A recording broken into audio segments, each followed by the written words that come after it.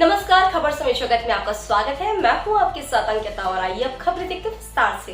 भोपाल लोकसभा चुनाव 2024 नजदीक है। सभी राजनीतिक पार्टियों ने पूरे दमखम के साथ चुनावी तैयारियों में जुट गई है। इसी बीच एक बार फिर पूर्व मुख्यमंत्री दिग्विजय सिंह ने ईवीएम से जुड़े कई सवाल किए और लाइव डेमो के जरिए वोटिंग गड़बड़ी का आरोप लगाया, जिसमें दिखाया गया कि वोट किसी को दिया गया और गया किसी और को। उन्होंने कहा कि 2003 में ईवीएम से चुनाव शुरू हुआ, तब कर्मचारियों की नाराजगी थी। बटन दबाओ, वोट कहां चला जाता है पता नहीं लगता। अधिकार लोगों का संवैधानिक है, आखिर उन्हें पता लगे कि वोट कहां जा रहा है। उन्होंने कहा कि लाल कृष्ण आडवाणी से लेकर कई नेताओं ने इस पर अविश्वास जताया था। चर्चा हुई तो वीवीपैट मशीन आई। दिग्विजय सिंह ने कहा कि बैलेट यूनिट की कोई चिप नहीं होती, केबल से सीधे कनेक्ट होता है। वीवीपैट मशीन में पार्टी का नाम और सिंबल नोट किया जाता है, जो सेंट्रल से सर्वर से होती है। पहले मशीन किस बूथ पर जाएगा यह कलेक्टर तय करते हैं। सब सेंट्रल से होता है, प्राइवेट इंजीनियर के हवाले काम होता है। उन्होंने कहा कि कंट्रोल यूनिट प्री प्रोग्राम है। ईवीएम मशीन में चिप ही सर्वा है, चिप सॉफ्टवेयर से चलती है। वीवीपैट का भरोसा दिलाने के लिए कंट्रोल यूनिट से प्रिंटर के पास जाना चाहिए।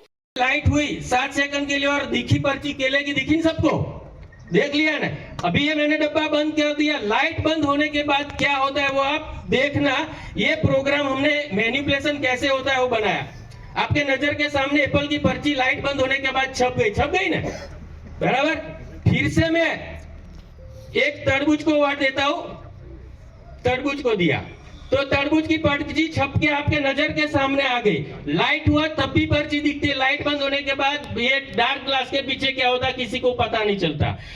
ये तरबूज की पर्ची छप गई, आप लोगों ने देख लिया, वोटर ने देख लिया, वो सेटिस्फाइड होकर चला गया कि मैंने जिसको वोट दिया उसको ही पड़ा है। अभी फिर से मैं तरबूज को वोट देता हूं, देख लेना आप। तरबूज को वोट दिया और ये मैं डब्बा बंद कर दूं, बाद में आपको बता देता हूं। ये तरबूज की पर्ची लाइट चालू हुई और देखी। अभी लाइट बंद होने के बाद क्या होता है वो खेल आप देख लो। ये लाइट बंद हो गया, बाद में तरबूज का एप्पल का पर्ची छप गया। मतलब एक ही पर्ची जो कंटिन्यू 2 वोट गए, तरबूज को और केले को, तो एक ही पर्ची आप लोगों को 2 बार दिखाई जा सकती है और आपको पता भी नहीं चलता कि ऐसे मैनिपुलेशन हो रहा है। फिर से एक बार मैं आपको एक ही पार्टी को 2 वोट करके ओपन करके दिखा देता हूं। समझो मैंने तरबूज को दिया, एप्पल मैं बनाना केले को देता हूं, ये केले को दिया। लोकतंत्र बचाना है, हम सबको मिल गए बैलेट पेपर लाना है। तरबूज केला को दिया वोट, केला छप गया। अभी फिर से मैं केले को वोट आपके नजर के सामने रखता हूं, दबाता हूं बटन, तो देखना कौन सी पर्ची आती है, क्या होता है और क्या दिखता है। फिर से मैं दूसरी बार केले को वोट देता हूं। ये खेल बहुत जादुई चिराग है हमारे देश के। देखो लाइट होने के बाद केला दिखा, वही केला देखा जो पहली बार छपा था। अभी लाइट बंद हो गई, बाद में क्या होता है वो देखो। ये भारत के हिंदुस्तान के मतदाताओं को मालूम नहीं चलता, एप्पल छप गया। यहाँ से डालना है, झुक के कर ले। नहीं वहाँ देखना पड़ेगा उसको। यहाँ देख, हाँ यहाँ देखेंगे ना आपको। अभी इसमें जो 3 सिंबल है ना, इसमें से धीरे से किसी एक सिंबल को वोट दबा दीजिए। थोड़ा साइड में जाइए श्रीमान। यस, अभी आप यहाँ आ जाइए, देख लीजिए कौन सा सिंबल है। एप्पल दबाया, एक बंदा लिखे भी इसको एप्पल एक वोट। ये आप देख लीजिए एप्पल का पर्ची आपके सामने आ गया, देख लिया सबने, मीडिया मित्रों ने। रुकिए हाँ, ये 7 सेकंड का खेल, बंद हो जाएगा लाइट, देख लीजिए फिर से एप्पल। अभी एक दूसरी बहना, लाडली बहना, यहाँ कोई भी सिंबल पे आप वोट डालो, बनाना, तरबूज, वाटरमेलन, बस। अभी आप देख लो आपका पर्ची कौन सा आया, जोर से बोलिए। बनाना। देख लीजिए ये बनाना पर्ची आ गया। साइड में आ जाइए मैडम। वोटर को वोट देख के चला जाना होता है, बाद में दूसरा वोटर आता है। दूसरा वोटर आता है तो वो वोट देता है, बाद में तीसरा। ऐसे 7 सेकंड का टाइम हमने दिया है। अब तीसरा वोटर आ सकता है यहाँ। जो ईवीएम पहले था और वोटर को भरोसा दिलाने के लिए जो वोटर वेरिफाइबल जो ऑडिट ट्रेल है वो कंट्रोल यूनिट से फिर वापस जाना चाहिए था प्रिंटर के पास, लेकिन वोट आपका जा रहा है बैलेट यूनिट से वीवीपैट के पास और वीवीपैट से जा रहा है कंट्रोल यूनिट के पास। इसलिए माइक्रो प्रोसेसर जो आपका माइक्रोचिप वीवीपैट में है वही आपका वोट डाल रहा है और उसमें कंट्रोल यूनिट का फिगर, वोट का नतीजा और वीवीपैट स्लिप का नतीजा एक होगा। वो कभी फर्क नहीं पड़ेगा, आप कितने 100 के 100% डलवा दीजिए, गिनवा लीजिए। हमारा यही कहना है कि आज पूरे विश्व में पूरे 5 देश ऐसे हैं जहां ये वीवीपैट या ईवीएम मशीन से वोटिंग होता है। एक है भारत, ऑस्ट्रेलिया, नाइजीरिया, वेनेजुएला और ब्राजील। और उसमें भी ऑस्ट्रेलिया में जो सॉफ्टवेयर डाला जाता है मशीन में वो ओपन है, वो जनता के बीच में है, उसको कोई भी चेक कर सकता है। लेकिन शुरू से लेकर आज तक, 2003 से लेकर आज तक, चुनाव आयोग सॉफ्टवेयर वो पब्लिक डोमेन में क्यों नहीं डालते? वो कहते सब हैक हो सकता है, इसका दुरुपयोग हो सकता है। यदि दुरुपयोग हो सकता है तो ये और भी खतरनाक बात है, आप खुद मानते हो। उसको ओपन सोर्स क्यों नहीं करते, पब्लिक डोमेन में क्यों नहीं डालते, जो ऑस्ट्रेलिया ने किया हुआ है? ऐसे कई प्रश्न हैं जो आज लोगों के दिमाग में है। इसके बारे में सिविल सोसाइटी ने जस्टिस लोकुर, सुप्रीम कोर्ट के जज, उन्होंने एक commission, citizens commission on election reform बताया, गठन किया, जिसमें वजाहत अबीउल्लाह साहब जो फेमस हमारे ब्यूरोक्रेट है, रिटायर्ड है, और उसके वो वाइस प्रेसिडेंट हुए, और general secretary professor Subhashish Banerjee, IIT के कंप्यूटर साइंस के प्रोफेसर जो हेड ऑफ डिपार्टमेंट भी रहे, वो उसके जनरल सेक्रेटरी रहे। उन्होंने देश विदेश के सारे क्रिप्टोग्राफर्स, कंप्यूटर साइंटिस्ट, एडमिनिस्ट्रेटर सबसे चर्चा करने के बाद एक रिपोर्ट बनाई और उस रिपोर्ट के आधार पर कुछ प्रश्नावली बनाई कि हमारे ये प्रश्न है इस बात के लिए, इसमें ट्रांसपेरेंसी होना चाहिए। अब ट्रांसपेरेंसी के नाम पर राइट टू इंफॉर्मेशन, आरटीआई के अंदर लोगों ने कई प्रश्न पूछे। इसी के साथ साथ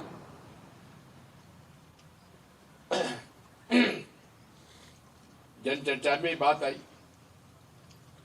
और उसके बाद आरटीआई में जो प्रश्न पूछे गए उसका जवाब भी अलग अलग लोगों ने अलग अलग जवाब दिए। ईसीआई ने कुछ दिया, बीईएल ने कुछ दिया, ईसीआईएल ने कुछ दिया। ये मशीन जो है, इसके जो पार्ट्स हैं अलग अलग वेंडर से आते हैं और उसको असेंबल हमारे पीएसयू में होता है। चिप के बारे में कहा जाता था कि ये वन टाइम प्रोग्रामेबल चिप है, यानी कि एक बार इसमें जो प्रोग्राम डल गया उसको कोई चेंज ही नहीं कर सकता। और ये पहले रिनासेंस एक कंपनी थी जापान की, वहां से आता था, और यूएसए की माइक्रोचिप कंपनी से आता था। अब वीवीपैट जब से आया है वो मल्टीपल प्रोग्रामेबल चिप हो गया है, क्योंकि हर बार नाम और सिंबल उसको डालना पड़ता है। अब ये प्रश्न हमारे दो विशेष हैं कि ये वन टाइम प्रोग्रामेबल चिप है या मल्टीपल प्रोग्रामेबल चिप है, इसका कोई जवाब ईसीआई हमें नहीं देता। और यहां भी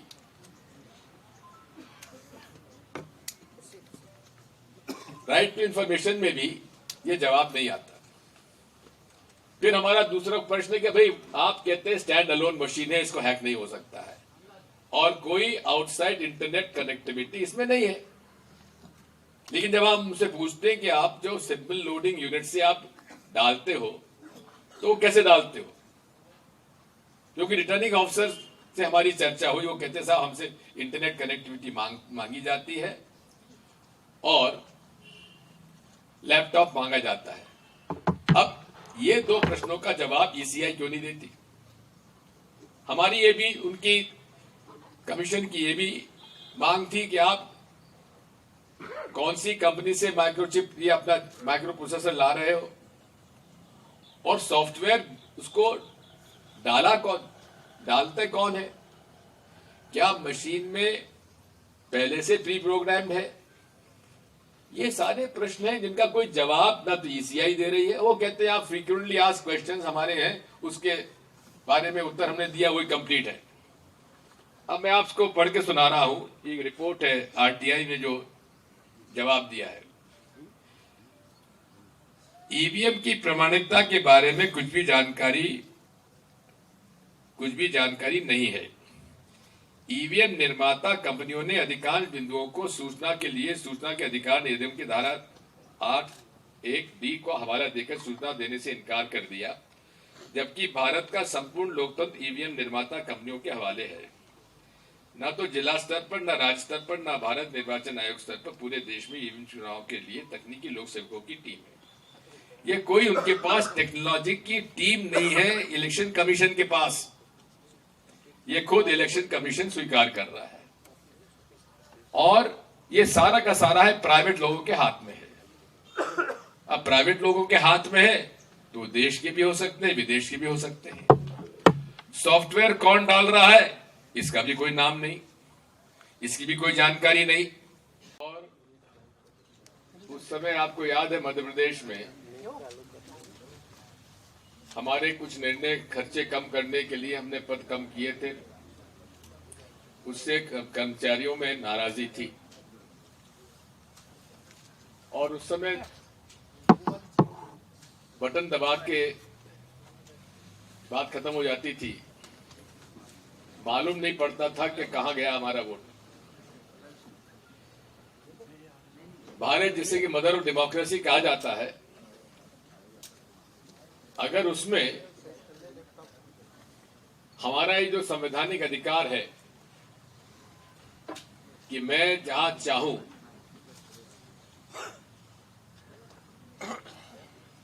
गोपनीयता भंग न करते हुए मैं अपना वोट डालूं और वो सही जगह डले और उसकी गिनती सही तरीके से हो, ये मेरा संवैधानिक अधिकार है। अब 2003 से लेकर 2012 तक वही ईवीएम मशीन काम करती रही। इसकी शिकायतें लालकृष्ण आडवाणी जी ने बहुत की, नरसिम्हन जी जो भाजपा के अब एमपी हैं राज्यसभा के, उन्होंने तो इस पर किताब लिख डाली कि हमें विश्वास नहीं है ईवीएम पर। मूल बात यह है विश्वास, मतदाता को विश्वास होना चाहिए कि जहां वो डाल रहा है वो गया कि नहीं गया, उसको सही जगह लगा कि नहीं लगा और उसके गिनती बराबर हुई कि नहीं हुई। अब जब इसमें चर्चाएं हुई तो voter verifiable audit trail VVPAT machine आई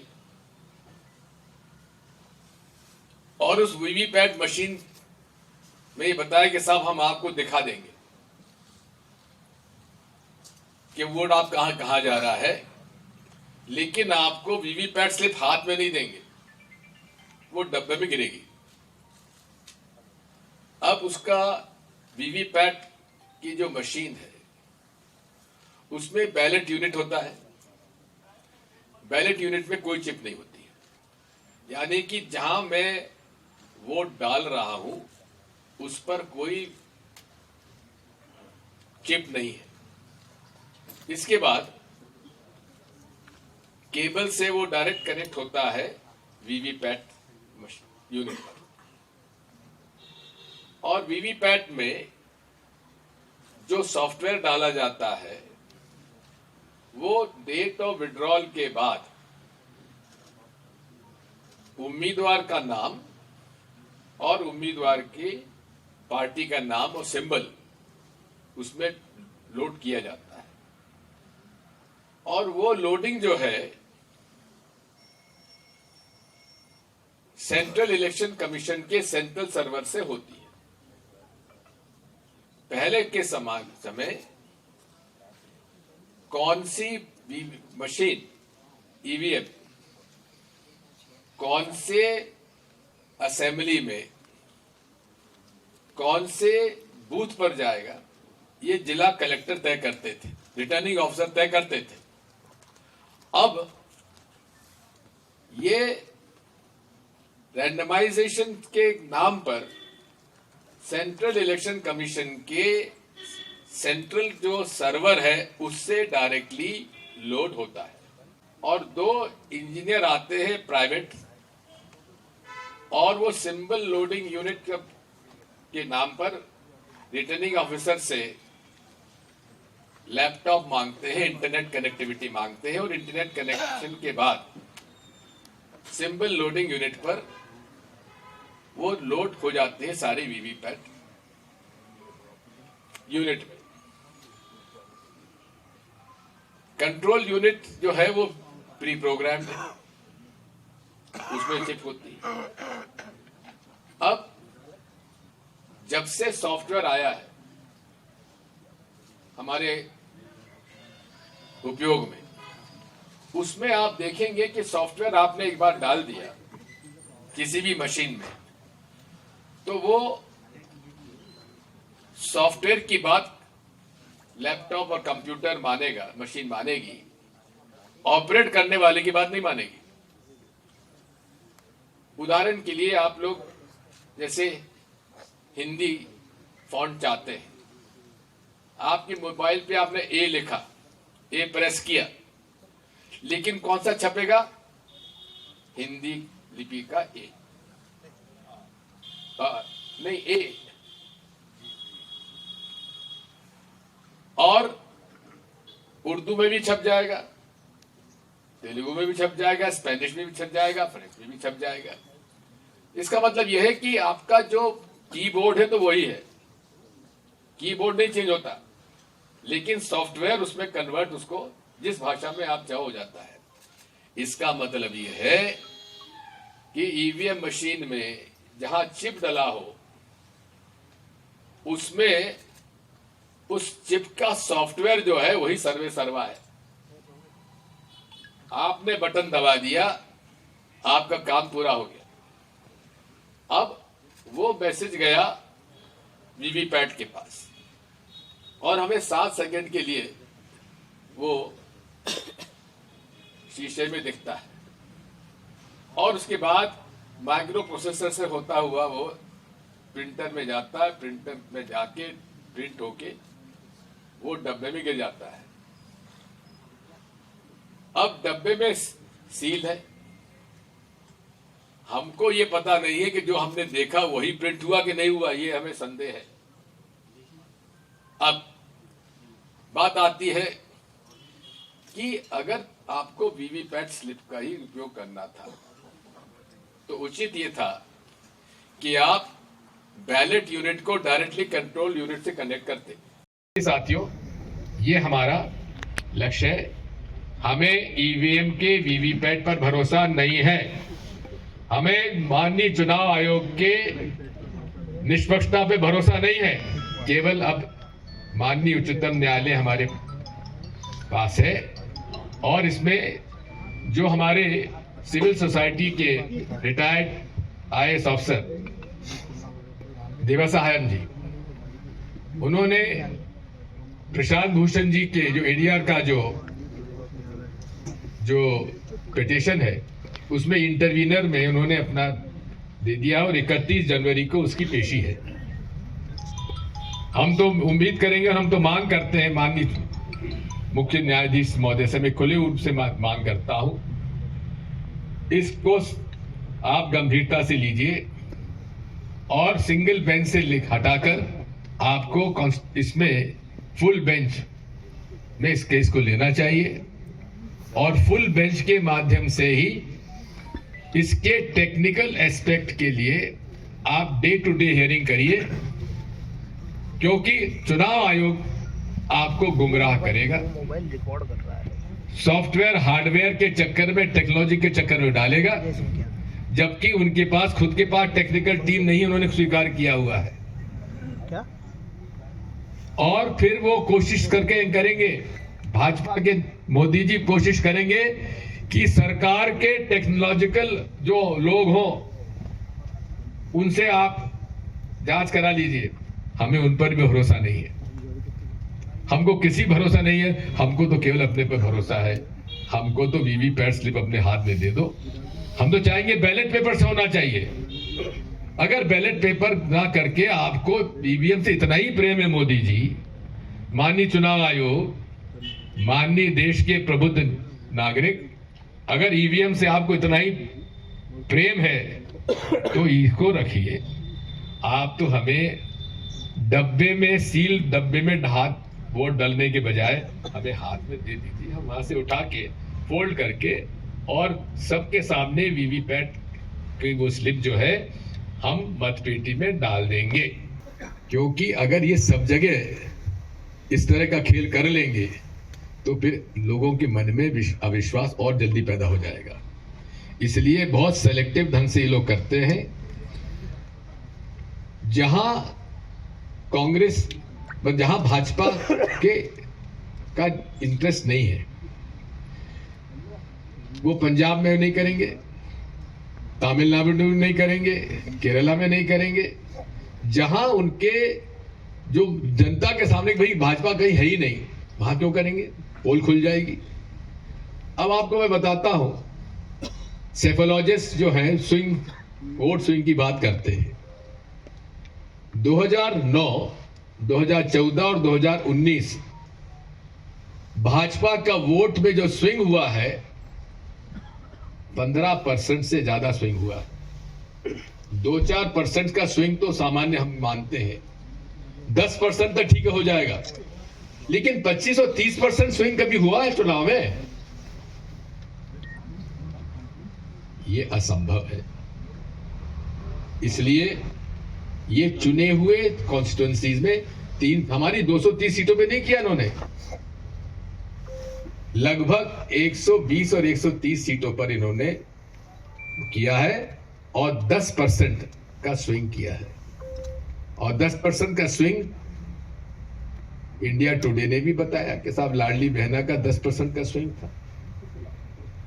तो इसलिए कुछ सीटों में हम लोग 30,000 40,000 से जीत रहे हैं और कुछ सीटों में हम लोग 60,000 से हार रहे, 70,000 से हार रहे, 1 लाख से हार रहे। तो बात वही है साथियों, आज हमारी लड़ाई लोकतंत्र और संविधान के लिए है और इसमें आप सबका सहयोग की आवश्यकता है।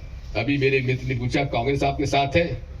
जी हाँ है। जो मैं कह रहा था आपसे, ये ईवीएम मशीन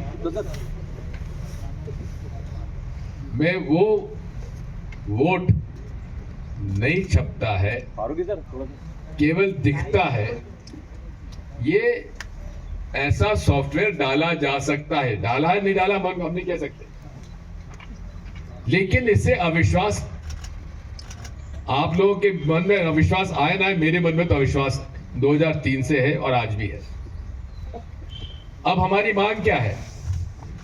हमने सारे प्रश्न, आपको जवाब नहीं देना मत दो। आप सोच सकते हैं कि माननीय चुनाव आयोग जो कि निष्पक्षता से काम करने की उससे उम्मीद है। शेषन साहब का जमाना भी मैंने देखा, मैं मुख्यमंत्री था, हम लोग डरते थे इस मामले में कि शेषन साहब कुछ निर्देश ऐसा ना दे दें। अब हालत ये हो गई है कि माननीय चुनाव आयोग चुनाव में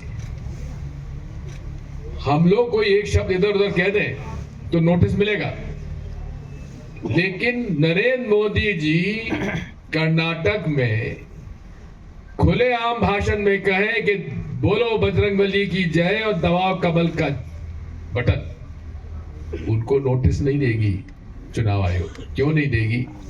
क्योंकि वो निष्पक्ष नहीं है, मेरा आरोप है। दबाव में है, डरे हुए हैं। और सिविल सोसाइटी के लगभग 160 रिटायर्ड आईएएस, रिटायर्ड जजेस, retired IPS officers, professors of computer science, software engineers, उन्होंने एक मेमोरेंडम दिया 2 मई 2022 को कि हमें आप माननीय चुनाव आयोग जी, हमारे ये प्रश्न है, इसका उत्तर दे दीजिए। उत्तर देना तो छोड़ दीजिए, एक्नॉलेजमेंट भी नहीं किया उन्होंने, पावती भी नहीं दी। उसके बाद उन्होंने दूसरा रिमाइंडर दिया, उसकी भी कोई पावती नहीं। उन्होंने एक सारे political parties including BJP meeting बुलाई, हम लोग गए उसमें। अब मैं तो चूंकि इस बात को कहता आया था, मेरी दिक्कत यह है कि जब भी मैं एक बात कहता हूं आप भी भरोसा नहीं करते, मेरी पार्टी भी कई बार भरोसा नहीं करती, लेकिन नकलता मेरी बात सही है। और वही हुआ, मुझे कई वर्ष लग गए मेरी पार्टी को भी समझाने में कि इसमें खेल हो रहा है। अब हम लोगों ने जो इंडिया अलायंस पार्टनर्स के 24 पॉलिटिकल पार्टी ने उन प्रश्नों के आधार पर मेमोरेंडम देकर मांग की कि आप हमें मिलने का समय दे दीजिए माननीय चुनाव आयोग जी। 6 महीने से हम लोग कोशिश में, 6 महीने ज्यादा हो गए, माननीय चुनाव आयोग हमें मिलने का समय नहीं दे रहा है। क्या ये निष्पक्षता है? मेरा एक खुला आरोप है चुनाव आयोग पर कि आप पक्षपात कर रहे हैं और भाजपा के और मोदी जी के दबाव में काम करते हैं। मेरा आरोप है उन पर, जो पर मुझे कार्रवाई करना कर लीजिए मुझ पर।